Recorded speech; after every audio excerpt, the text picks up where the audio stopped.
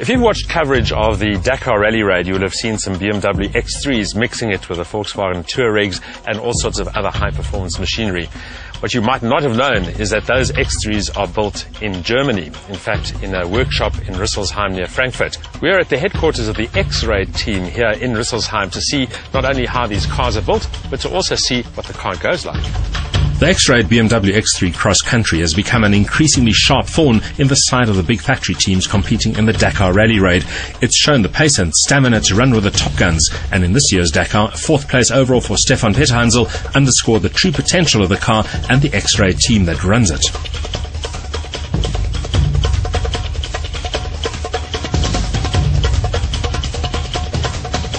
Visiting the workshop in Treboer outside Rüsselsheim is an eye-opener. The small but highly professional operation is owned and managed by Sven Quandt.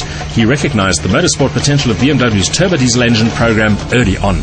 Around 2000 they decided to go further and further with the diesel, and then we had an absolute incredible basis from the engine side, and then luckily BMW started with the X5, so we had at least a body with a 4x4, which give you some at least competition car, even if the car is only the body, but that's how it worked out. We put a nice engine in a tubular frame with a BMW body, and that's how the first BMW started to race in 2002-2003.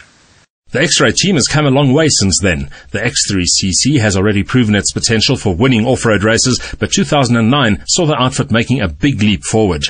And then last year when Stefan Petterhansel joined, this was the final biggest step that I have to admit. He changed the whole suspension, the whole drivetrain, and this, even with the same power, got us much, much quicker.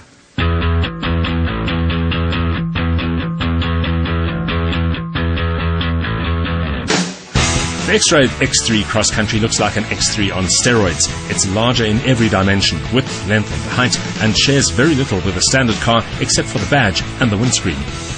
The body is made entirely of Kevlar and carbon fiber and covers a space frame chassis with fully independent suspension front and rear. The Riga Racing dampers are fully adjustable and offer a full 250 millimeters of travel. The BBS rims are shod with BF Goodrich tires, and the vehicle carries 3 spare wheels. Attention to detail is quite fantastic, and it's clear that hard racing experience is behind every aspect of the vehicle's design. It's also clearly a vehicle built for the deep sand and rocky tracks of off-road racing, and looks a little incongruous on Germany's narrow country lanes. The heart beating under the X3's bonnet is a race-prepped 3-litre straight-six turbo diesel featuring twin variable vane turbos. It drives all 4 wheels via a SUDF sequential transmission with X-Track differentials. The claimed output figures are 220 kilowatt and 650 newton meters, giving a power-to-weight ratio just short of 120 kilowatts per ton. Top speed is 182 kilometers an hour. However, it's clear that these figures are quite conservative, even when trundling along. Throttle response is instant, and the torque shove is quite astonishing. The interior shows further attention to detail. The carefully thought-out driving office features a roll cage with Recaro seats, electronic instruments with data acquisition, an aircraft-like array of switchgear, and various odometers and navigation aids. The X3 carries a 420-litre fuel tank and has onboard hydraulic jacks.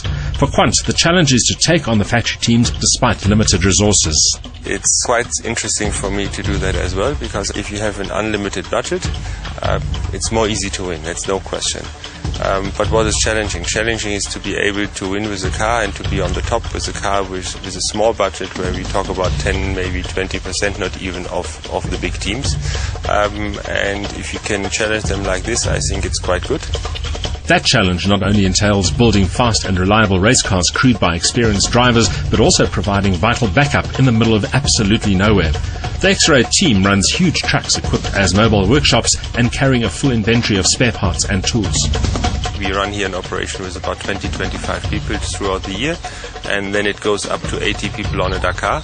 That includes obviously then truck drivers and logistics people. Truck-wise, we run then with 7 to 8 trucks plus 2 race trucks. This is for a 6-car racing car operation.